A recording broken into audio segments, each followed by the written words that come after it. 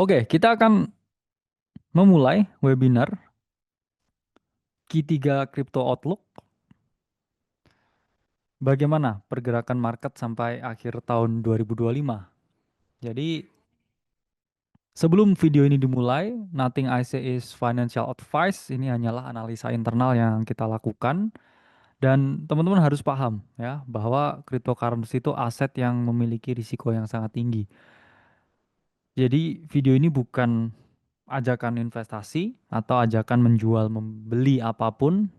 Teman-teman harus sangat paham dengan risiko dari volatilitas di market kripto. Nah, pertama kita akan membahas dulu terkait dengan Bitcoin. Jadi kalau teman-teman selalu mengikuti ya pembahasan live dari YouTube dan juga semua outlook yang kita berikan di Discord, kalau saya pribadi memiliki target di siklus kali ini, Bitcoin itu target pertama di 100.000 dan target kedua di 120.000 karena beberapa pertimbangan dan juga analisa yang saya lakukan. Jadi saya udah cukup happy ya dengan pembelian Bitcoin saya di awal tahun 2023. Memang saya pribadi melakukan rebalancing, menjual beberapa Bitcoin yang saya miliki dan merotasikan ke beberapa aset. Meskipun demikian, ya saya year to date masih naik 50% ya keseluruhan portofolio ya. Kalau hari ini turun 47% mungkin. Jadi langkah itu saya ambil karena saya udah ya saya pribadi tidak melihat titik yang efisien untuk membeli lagi di range ini. Ya memang saya menjual, rebalancing, saya memang beli beberapa aset altcoin yang lain ya, yang saya share di dalam ya, ada XRP, ada BNB, oke. Dan memang itu juga salah satu ya bagian dari strategi portofolio yang saya lakukan pribadi. Nah, saya masih orang yang percaya kalau Bitcoin itu at some point akan ke 1 juta dolar. Pasti tidak siklus ini, oke? Mungkin 1 sampai 2 siklus ke depan. Kalau ya ini kita lihat ya, secara logarithmic regression bands ini memang targetnya 2029 ya, upper bandnya di sini kalau dilihat itu 900.000. But I don't think secepat itu ke 1 juta US dollar. Karena apa? Karena banyak konflik of interest dengan adanya Bitcoin dan juga teknologi kripto, terutama di traditional finance. Jadi teman-teman harus paham bahwa kita ini masih menyelaraskan antara decentralized finance dan juga traditional finance. Di mana kalau ada over progression dari teknologi blockchain yang terlalu tinggi, itu juga membawa ancaman juga ke keadaan ekonomi kita semua. Maka dari itu, memang janji-janji kampanye dari para politikus dunia itu bullish terhadap kripto. Cuman faktanya, nyatanya, implementasinya ya, itu masih menunggu waktu. Jadi menurut saya ya, 1 juta dolar at some point, it will reach. Kenapa? Ya karena uang yang ada itu jumlahnya akan terus bertambah banyak. Jadi nggak ada alasan bagi saya Bitcoin udah top 10 aset in the world dan akan stay top 10 ya for quite a while. Dia akan catching the beats dan nggak ada alasan dia nggak ke 1 juta dolar. It's matter of when. Oke. Okay? Nah, salah satu yang saya bahas juga, teman-teman harus tahu ya, M2 money supply itu bahasa kasarnya ya, uang kartal, uang giral, ya, giro, tabungan bank, semua itu di track di M2 money supply chart.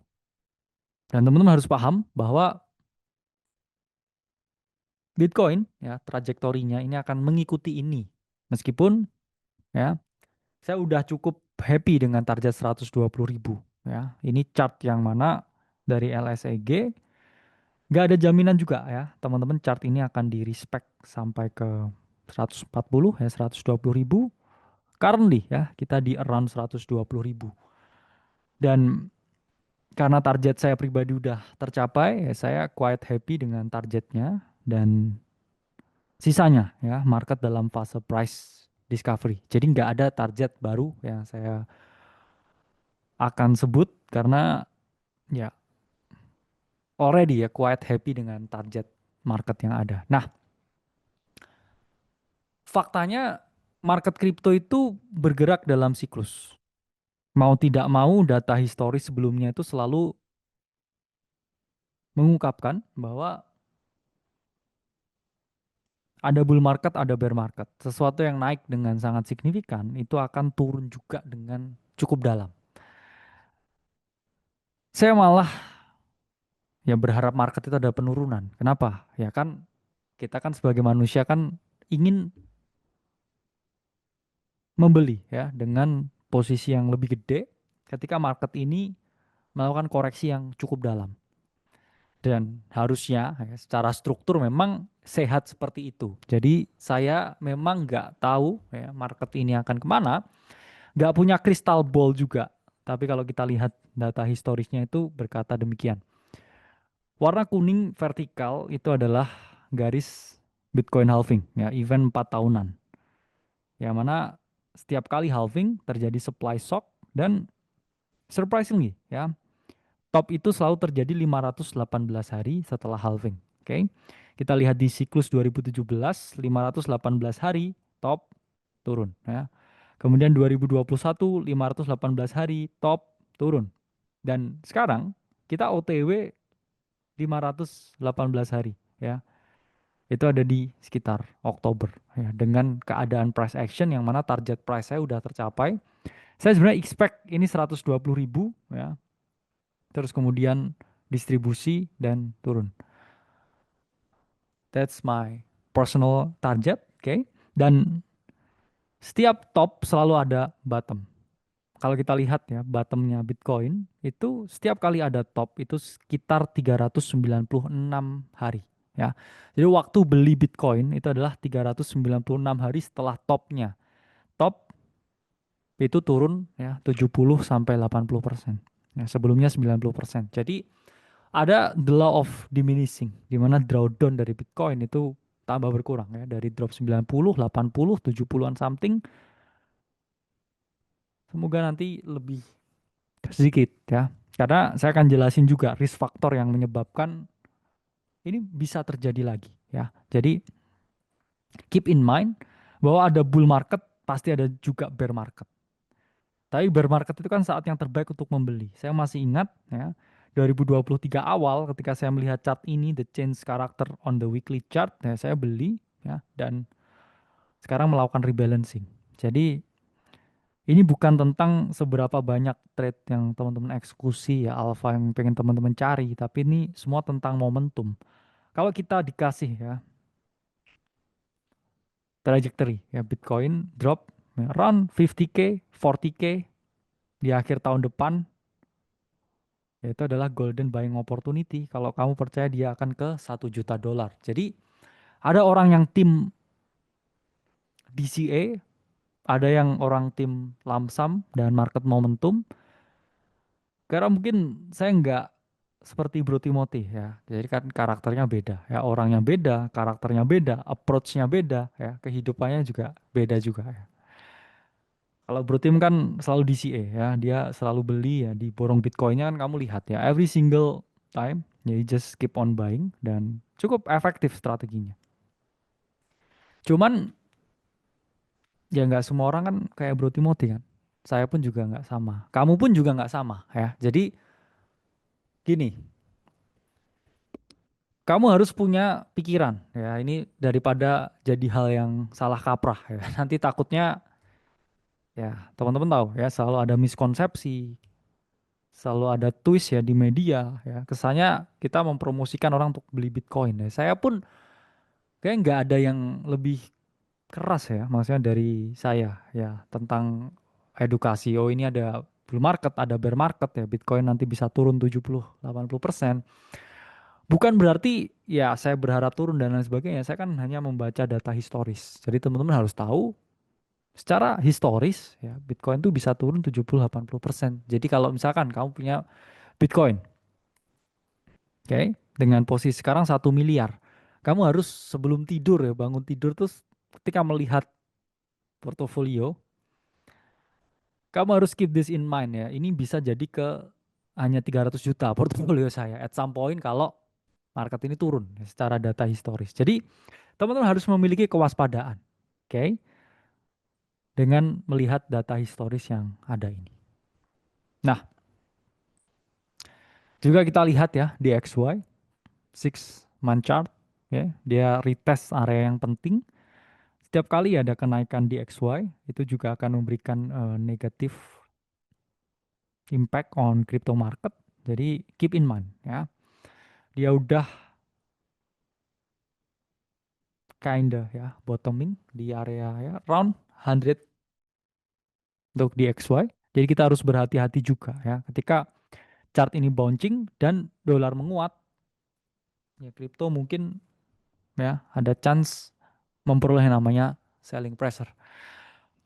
Nah, meskipun demikian, Bitcoin is a really really good asset ya. Kalau kita lihat Sharpe ratio, ya mana portfolio performance ya dikurangi risk free asset dibagi volatilitas ya dengan kita ngomong ya US bond ya, itu sebagai risk free assetnya kalau teman-teman ngitung Sharpe-nya Bitcoin karena it's an international asset. Jadi Bitcoin itu memang apapun yang di atas satu Sharpie-nya, it's a good investment ya. Kalau kita lihat ya di 2022 ya, kita kan tahu ya Bitcoin itu turun ya, signifikan. Sharpie-nya itu masih di atas satu ya. Bahkan dia terdeviasi negatif ya, dan it was the bottom of the market untuk Bitcoin ya, Bitcoin yang warna emas ya, gelap ini, dan dia mengalami kenaikan. Oke. Kalau kita lihat sekarang ya Sharpie-nya oke banget ya teman-teman. Jadi relatively Bitcoin is a good hold ketika bear market. Jadi yang saya ngomong ada dua orang ya, ada yang tipikal lump sum mainin generational bottom ya, momentum, dia sangat agresif ketika siklus mau berubah dari bear ke bull ya. Kamu beli secara agresif di sini, baru di sini kamu jual, atau kamu tipikal juga loh, ada ya orang yang karena tipikalnya oh ini bisa dicoret-coret. Oke. Nah, tipikalnya dia buying ya, mungkin seperti Bro Timothy ya, seperti Michael Saylor. Nah, membeli seperti ini. Nah, jadi nanti ketika ya marketnya seperti ini ya, kamu buy, buy, buy ya, building yang namanya average price ya. Jadi ketika dia turun, nah dia mendekati average price-mu. Takutnya begitu. Takutnya begitu. Karena saya juga tahu juga orang yang punya average Bitcoin yang tinggi ya. Karena dia agresifnya baru 2025, agresifnya baru 2024, oke? Dan average-nya di around ya 80.000, 70.000. Ya keep in mind ya bahwa ini bisa terjadi ya. Jadi takutnya, oke, teman-teman.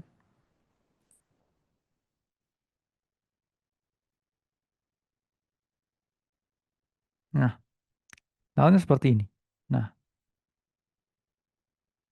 Nah, ketika dia drop ya sangat signifikan, saya takutnya orang yang average ya buying, buying, buying, buying di sini. Nah, ketika dia mendekati average price-nya ya, kamu baru jual semua ya, terus dia naik.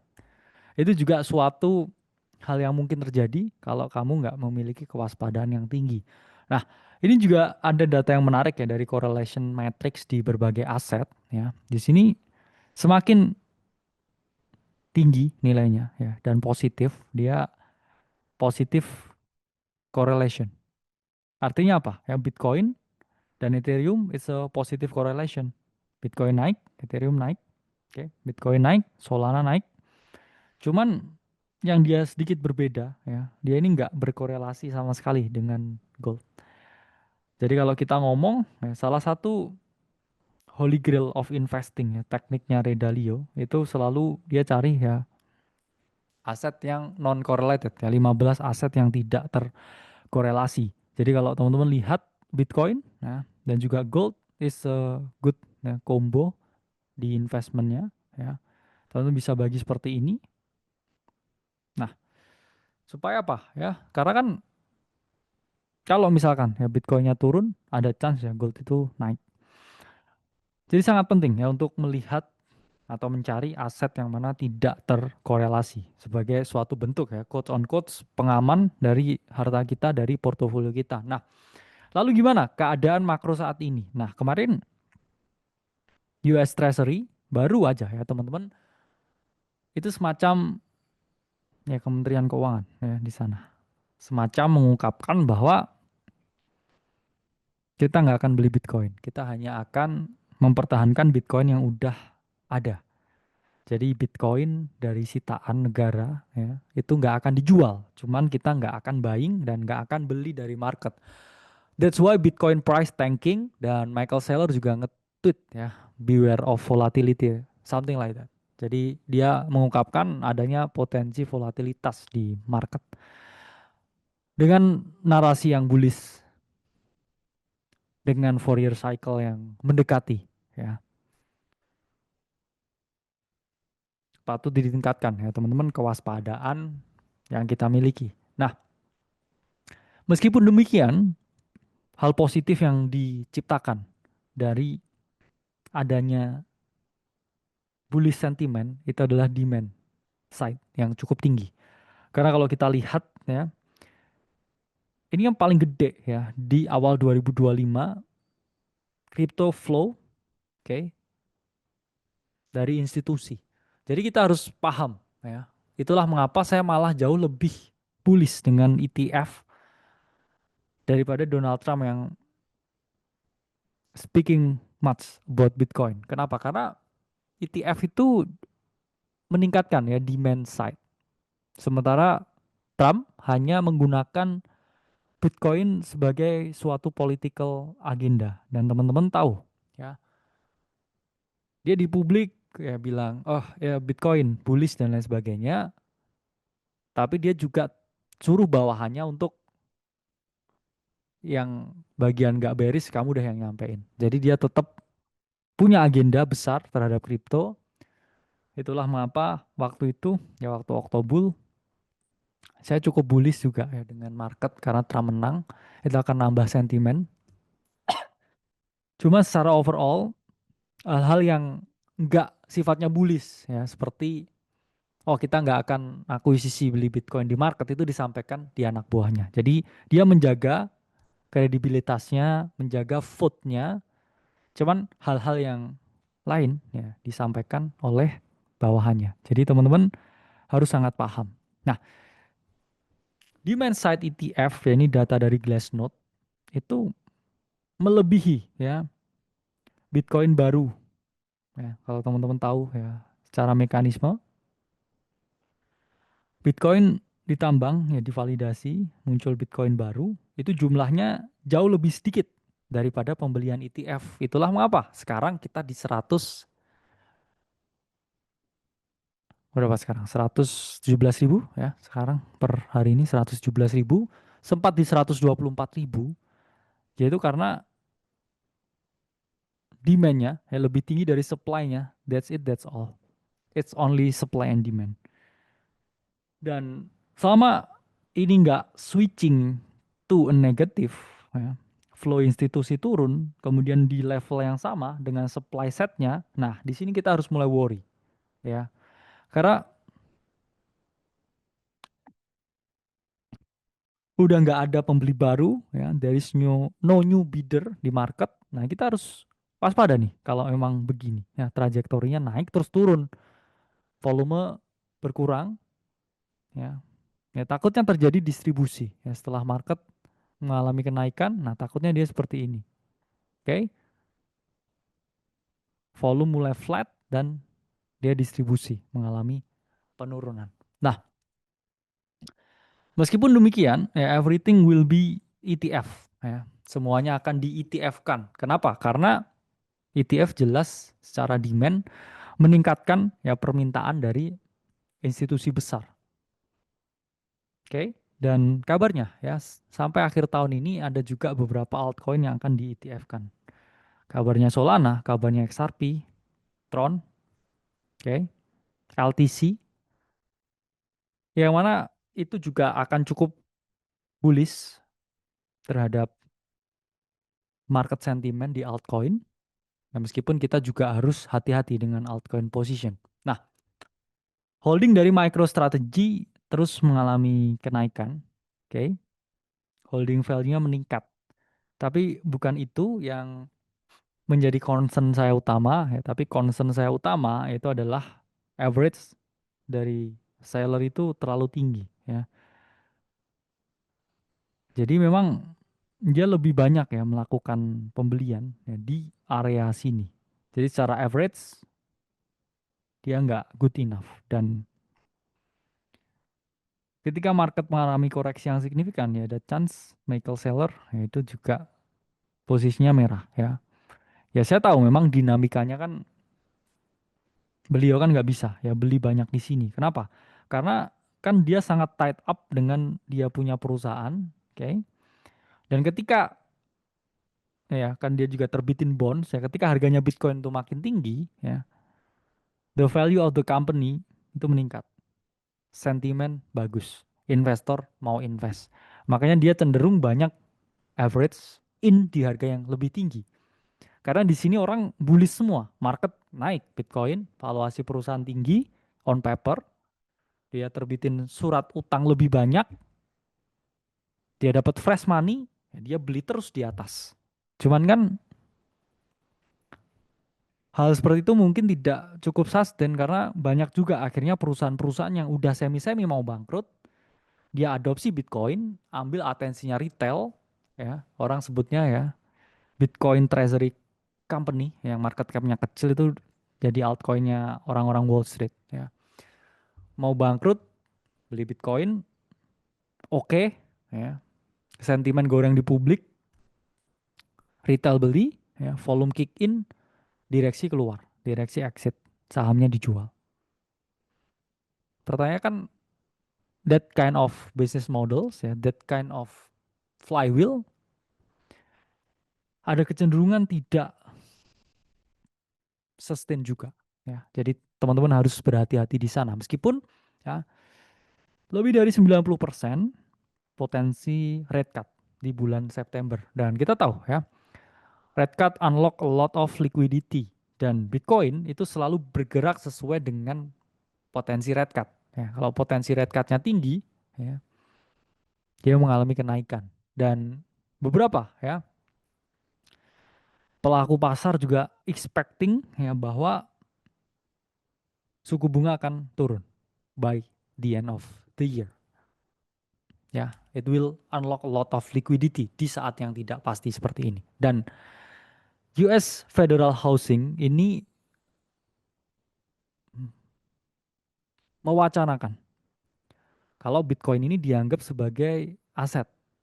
Yang mana ketika teman-teman mau KPR rumah, ini bisa dijadikan jaminan, ya. Jadi adopsinya levelnya udah sampai sana, oke. Dan ya, jadi kita memang bukan di early adopter lagi, teman-teman ya. Kita udah di majority ya kalau saya ngomong, udah mendekati adopsi yang massal. Dan ya, sekarang lebih dari 100 public company yang hold Bitcoin. Oke. Itu juga menambah beban, menambah risiko di market. Sekarang mereka juga terbitin utang buat beli Bitcoinnya di repo ya atau dijaminkan sahamnya, ya. Mau nggak mau sahamnya harus naik, yang mana sahamnya didorong oleh harga Bitcoin. Ya, kalau Bitcoin turun, sahamnya pasti relatif turun. Dan ketika sahamnya turun, dia tagih ya utangnya yang dia buat beli Bitcoin. Jadi banyak juga perusahaan-perusahaan ini yang quite not profitable, ya. Karena kita harus tahu juga ya Michael Saylor dan juga MicroStrategy, ya sekarang strategi itu bagus secara business model, dan he's been around for like years ya teman-teman. dan udah mainin game ini dari lama.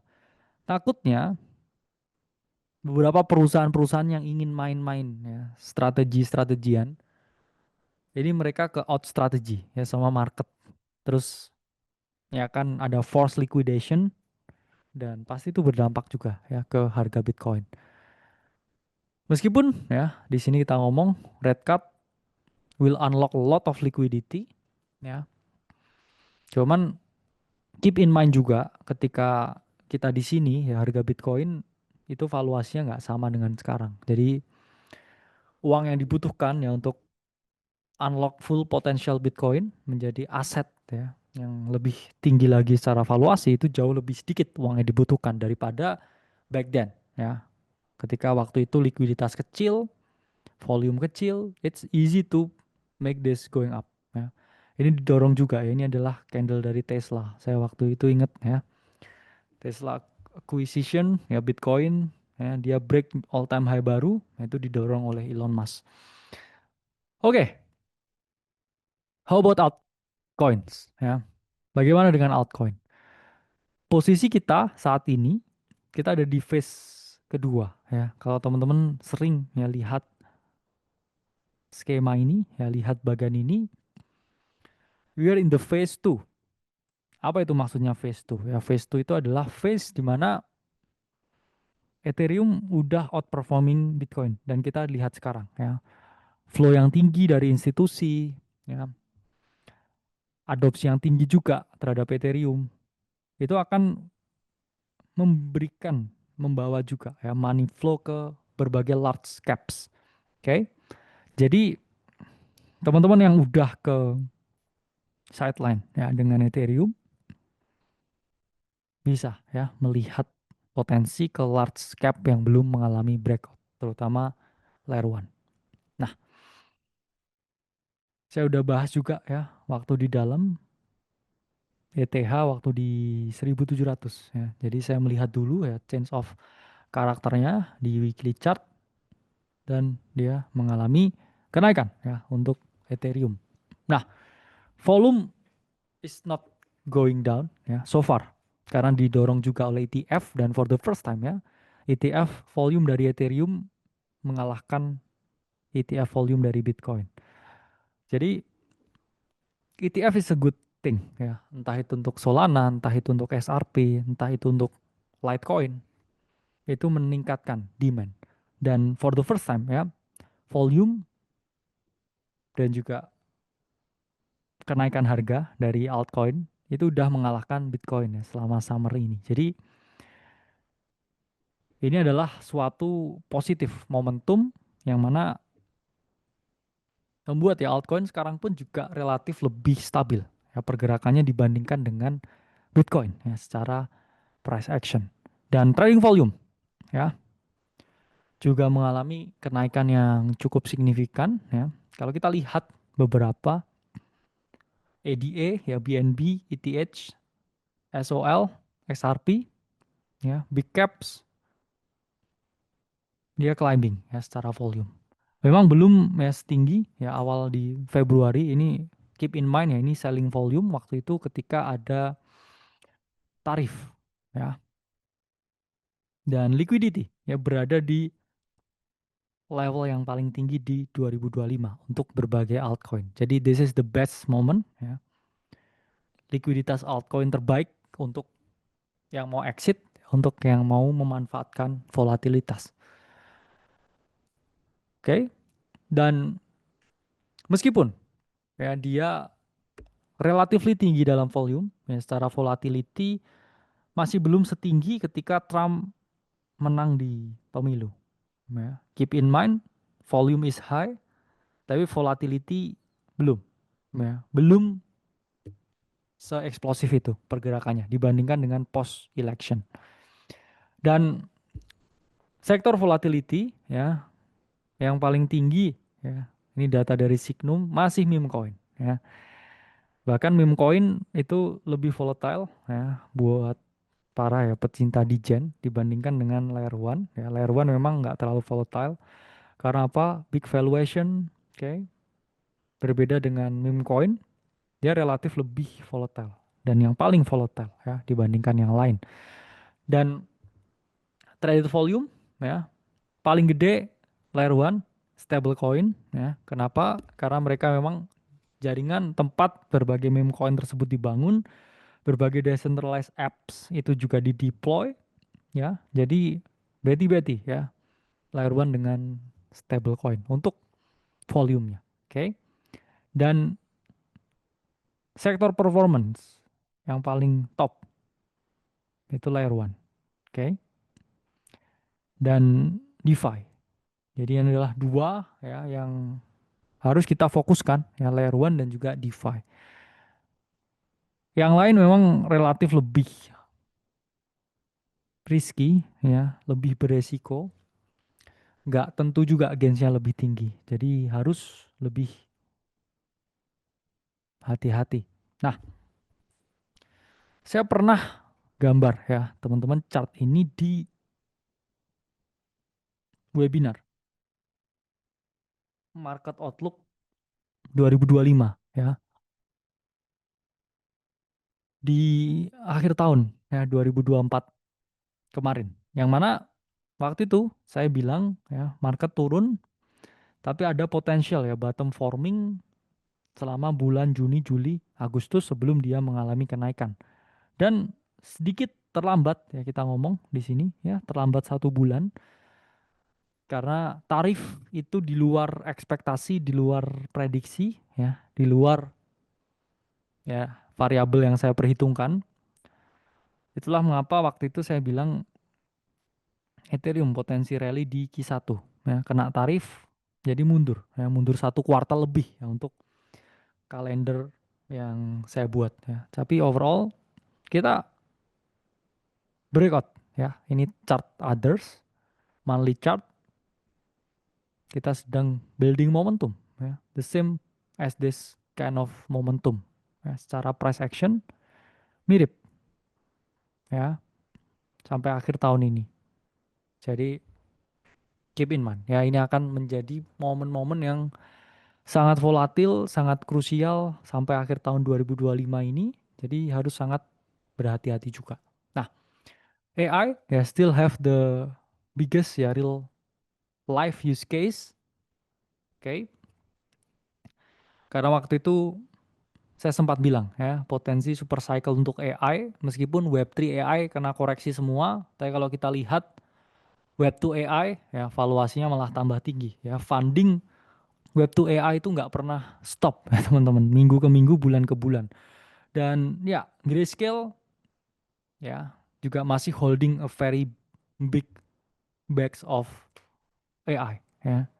Dia masih back holding ya. Tao, ya Near, Fats, Render, WLD dan lain sebagainya ya. Jadi salah satu posisi gede di Grayscale itu juga masih token-token AI. Jadi keep that in mind. Dan Coinbase ya full memanfaatkan AI agent ya untuk mereka punya activity. Jadi real life use case yang memang cukup oke ya untuk artificial intelligence. Nah, another sektor yang saya cukup bullish yaitu adalah stable coins sektor ya. Kita tahu ya ini relatively ini adalah chart yang compare stable coin dengan payment system semacam Visa dan PayPal ya. Jadi terus mengalami kenaikan. Ini menunjukkan apa? There is somewhere ya in the world yang orang lebih prefer transaksi pakai stablecoin daripada Visa dan juga PayPal ya. Dia mengalami kenaikan ya dan ini adalah bullish momentum karena beberapa negara juga udah mulai terbuka dengan pembayaran menggunakan stablecoin. China juga ya salah satunya meskipun masih dilarang banyak ya yang pakai di sana.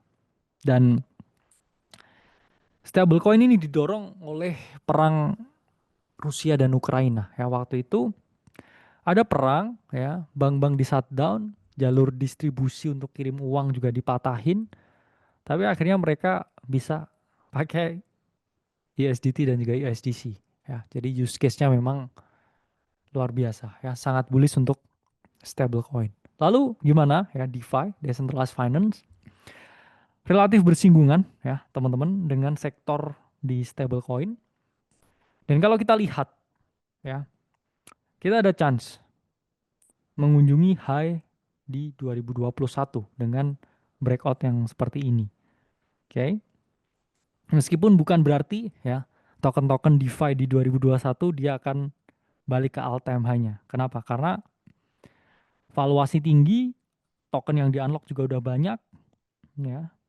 Banyak project-project baru yang lebih bersaing, tapi secara valuasi mudah dia mencapai yang lama, cuman bukan berarti yang lama akan mencapai harga lamanya karena banyak valuasi-valuasi ya token-token baru yang cukup bersaing ya di market. Dan ya secara naratif this is the comparison ya DeFi di 2021 dan sekarang di 2025 ya, upside to go ya untuk beberapa DeFi mungkin ya sampai ke level ini ya. Kenapa? Ya ini dia mengukur juga ya dari segi yang lain ya, bukan hanya market cap. Kalau ini memang market cap bisa ya sampai ke 2021, cuman kan kamu nggak ngitung ya all these years ya udah berapa banyak project DeFi yang dibangun yang menambah ya jumlah dari kapitalisasi pasarnya ini ya. Jadi memang dia cukup berpotensi. Dan perhatikan ya revenue generating protocol ya. Lihat juga ya sektor-sektor apa yang generating the more revenue ya. Teman-teman harus paham juga it's all about real business ya. Tokenisasi itu salah satu bentuk ya IPO modern. Cuman IPO it's all down to business model ya, dia ngasilin duit atau enggak. Jadi saya lebih suka ya membeli suatu altcoin yang mana dia memiliki real life use case generating real revenue juga. Nah, apa yang harus dilakukan oleh para retail ya? Apa yang harus kita lakukan? Ya pertama, punya exit strategi yang jelas. Apa sih hidup tanpa jalan keluar? Ya. Kamu punya hubungan pun exitnya kan ada dua ya. Pengen ke jenjang yang lebih serius atau putus. Nggak ada ya kamu HTS-an 30 tahun gitu ya. Itu nggak pernah terjadi. Ya. Terjadi mungkin untuk Cristiano Ronaldo ya. Cuman kita bukan Cristiano Ronaldo ya. Jadi ya kita harus punya exit strategi ya. Sama apapun. Di market pun juga sama ya. Saya tadi udah jelasin ya.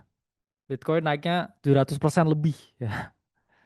Gak ada alasan dia nggak turun 50% lebih. Ya it's life ya teman-teman. Mungkin banyak orang yang mikir tentang cycle lebih panjang, nggak ada bear market dan lain sebagainya. Cuman data historis ya kadang nggak bohong juga. Ya, jadi kita harus relatif hati-hati. Nah, memang kalau kita ngomong ya strategi jangka panjang, ya apa yang diterapkan Bro Team, borong Bitcoin, ya luar biasa. Bisa juga teman-teman terapkan. Cuman teman-teman harus keep in mind ya average price saya di berapa. Ya, jangan takutnya nanti ya. Oh saya udah cuan 50%, 70%. Oke. Terus ketika market downtrending, ya, average kamu udah dekat, cuan kamu yang mana kamu mikirnya, oh ini saya mau hold untuk jangka panjang, terus ini saya mau nabung buat jangka panjang, tapi secara mental kamu terpukul, terus kamu, wah jual aja lah, gitu ya. Terus dia naik, wah terus kamu tambah kacau. Ya keep in mind, punya mindset jangka panjang nggak apa-apa, cuman harus paham juga ya potensi drawdown dan juga average kamu itu di berapa. Ini sangat penting loh ya teman-teman. Karena sekarang karena masih bull market, masih 117.000, kamu enggak ah saya enggak penting exit strategi. Saya nabung terus. Tapi nanti kalau tabungannya itu udah dekatin harga average, terus sebelumnya udah plus jadi minus, nanti saya lagi yang disalahin ya. Jadi you have to be very adaptive ya. Karena gini, banyak juga orang yang saya tanya ya, oh ini saya uang dingin, saya nggak apa-apa. Ya dingin kalau pas lagi untung 50%. Jadi panas kalau udah minus 20%. Ya, jadi keep in mind. Oke. Nah, bear market idealnya gimana? Ya, kalau kamu mau rebalance, ya jangan jual 100%. Oke. Jual 30%. Supaya nanti kalau dia dari kamu jual dia masih naik, kamu nggak FOMO di sini. Ya. Tapi kalau misalkan dia turun, kamu masih punya 30% yang kamu perhatikan. Dan nanti ketika dia udah turun, nah seperti ini, oke, kamu tahu ini adalah momen yang tepat untuk membeli. Ya, terus nanti market rally lagi. Ya, jadi punya 30% tuh untuk diperhatikan tapi untuk tidak dipikirkan. Paham nggak? Ya, ini seperti ya pemain pengganti ya. Cukup penting untuk diperhatikan tapi nggak cukup penting untuk dipikirkan. Ya, stable coin 70% ya bisa kamu trading ya. Tapi kalau enggak mau trading, diem aja nggak apa-apa. Bisa kamu staking, tapi staking juga ada risikonya. Ya, ya atau bisa full kamu self custody. Karena banyak trader hebat yang saya tahu, mereka ini punya kecenderungan untuk nggak trading waktu bear market. Jadi mereka ketika bull market ya, udah mau change of karakter seperti ini, wah dia beli. Ya, terus mantau market pampedak. Terus ketika dia mau bear, dia jual. Ya, dia mau bayar dia jual terus dia liburan ya, ke kapal setahun ngaso 8 bulan ya, baru setelah itu oke lah beli lagi terus market nah rally lagi ada juga yang seperti itu jadi dia menjaga mental kapasitinya tapi untuk altcoin gimana ya saya ngomong altcoin ya 100% harus dijual di akhir siklus ini ya kenapa ya karena faktanya nggak ada altcoin yang bertahan di bear market. Jadi ini kalau kita lihat ya historical snapshot 2013 nggak ada ya top 10 ini semua. Sama juga ya nanti 2030 ya altcoin yang jadi top gainer sekarang di top 10 ya mungkin nggak eksis. Oke, jadi harus benar-benar dipahami bahwa altcoin itu nggak ada yang bertahan di bear market. Dan sama ya, sesuai dengan hitungan siklus ya total 3 itu juga akan berhenti ketika Bitcoin berhenti. Ya, jadi nggak ada jaminan altcoin itu akan bertahan ketika bear market. Jadi Bitcoin bear market, altcoin pasti bear market. Dan ketika dia bear market, nggak ada jaminan dia ke all time high-nya. Apa kabarnya ya kayak Avalanche, ya, top di 2021. Sekarang nggak jadi apa-apa. Ya saya masih ingat ya di angkatan 2021 dulu, 3 ya altcoin yang jadi andalan orang. Ya, Solana, Avalanche, sama Luna ya. Solunfax gitu orang-orang dulu bilang ya. Solana bertahan memang sampai sekarang. Dua-duanya Avalanche nggak sampai ATH, terus Luna nol.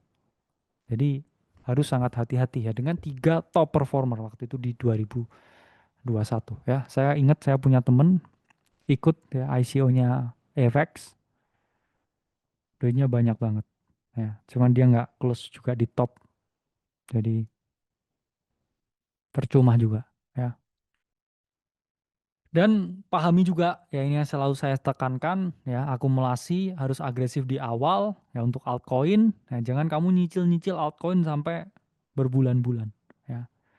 Akumulasi di awal dia naik 2 3 bulan jual semua ya. Akhir siklus jual semua ya. Dan ini pernah saya jelaskan sebelumnya ya. Ada orang yang sampai punya 30 ya altcoin. Oke, dari 30% modal yang dimiliki ya, dia punya 30 altcoin. Yaitu memang risikonya rendah ya, tapi potensi returnnya itu rendah. Altcoinnya cuma satu ya, potensi return tinggi cuman risikonya juga sangat tinggi. Sweet spotnya tuh 5 sampai 10. Ya 5 ini udah oke banget ya. Dari sisa 30% yang kamu hold, misalkan kamu punya 100% portofolio, ya 70% di Bitcoin, ya 30%-nya di 5 altcoin, berarti 6% untuk satu altcoin. Itu juga udah smooth, smooth, smooth, ya. Dan jangan over leverage, ya. Karena apa? Ketika kamu, ya kayak kemarin, ya berapa banyak orang yang kelikuidasi, hampir 1 billion, hanya karena berita US tidak akan beli Bitcoin di market, 17 T hilang, ya, langsung boom. 16 T sekian langsung hilang di market. Jadi leverage itu musuh utama ketika bull market sebenarnya. Ya, makanya dari dulu ya, leverage membunuhmu. Dan hati-hati teman-teman dengan sedotan terakhir di market, dua naratif yang menurut saya sampai akhir tahun 2025 ini akan ngepam sendirian. Ya, ketika yang lain itu relatif diam, yaitu adalah GameFi dan juga meme. Ada chances ya GameFi, meme itu naik ya di akhir cycle, cuman habis itu gone away ya. Jadi nggak harus kamu main di semua season ya. Mungkin kamu udah cuan ya Q1, Q2, Q3 ya. Ini mendekati Q4 ya, mungkin kamu bisa risk off karena ya salah satu fund manager crypto ya terbaik yang saya tahu itu dia selalu bilang ya, dia dan timnya itu nggak akan pernah bisa timing the top secara sempurna, tapi setidaknya dia 40% ya off the top. Artinya apa? 40% mau top atau 40% dari top setelah dia turun, dia harus bisa antisipasi itu. Ya. Jadi mungkin ya kalau kita udah cukup happy ya, nggak ada masalah ya untuk kita mulai berpikir realistis. Karena apa? Nggak harus semua pump dikejar, nggak harus semua move di market kita antisipasi, kita partisipasi juga. Karena kenali 80% rules, kadang kita hanya dapetin 80% yang kita mau. Kemarin saya ngobrol juga sesi one on one dengan member. Jadi teman-teman yang mau sesi one on one dengan saya bisa klik ya di pengumuman premium untuk ikut ya ngobrol pertanyaan. Karena itu yang terlihat di video yang kita upload itu memang hanya semenit 2 menit, tapi kadang ngobrolnya 15 menit, 20 menit, ada yang setengah jam. Ada yang datang ke saya bawa PPT, saya dengerin. Ya. Jadi gini, ada yang udah cuan ya 800 juta. Cuman dia bilang saya nggak akan cash out sampai 1 miliar. Terus saya bilang, itu kan cuman selisih 200 juta. Gimana kalau 200 juta tambahanmu bukan dari market? Atau mungkin dari market tapi bukan sekarang. Kamu mungkin mengorbankan sesuatu yang udah kamu miliki untuk sesuatu yang belum kamu miliki dan itu jumlahnya lebih kecil. Dan hidup kadangkala tempting ya buat kita mengambil risiko yang harusnya tidak kita ambil dan kita terjebak ke masalah yang harusnya tidak kita dapatkan. Dan ya, jadi butuh kedewasaan, butuh kebijaksanaan untuk menyikapi ya supaya hal itu tidak bisa terjadi. Jadi kadang kita itu udah cukup ya dikasih. Cuman kita kayak aku mau lebih ya, sedikit lagi, 20% lagi. Ya. Then you lose everything back to one. Ya. Seringkah terjadi? Sering. Ya. Jadi mendekati akhir siklus saya ngomong harus lebih waspada, harus lebih bijaksana, harus lebih banyak bersyukur, harus kurang ya membandingkan. Oke? Okay? Karena saya selalu percaya ya lebih baik take profit ya daripada take picture ya. Jadi itu ya presentasi untuk malam hari ini ya kondisi potensi market ya untuk Q3 ini. Terima kasih ya untuk perhatian yang diberikan.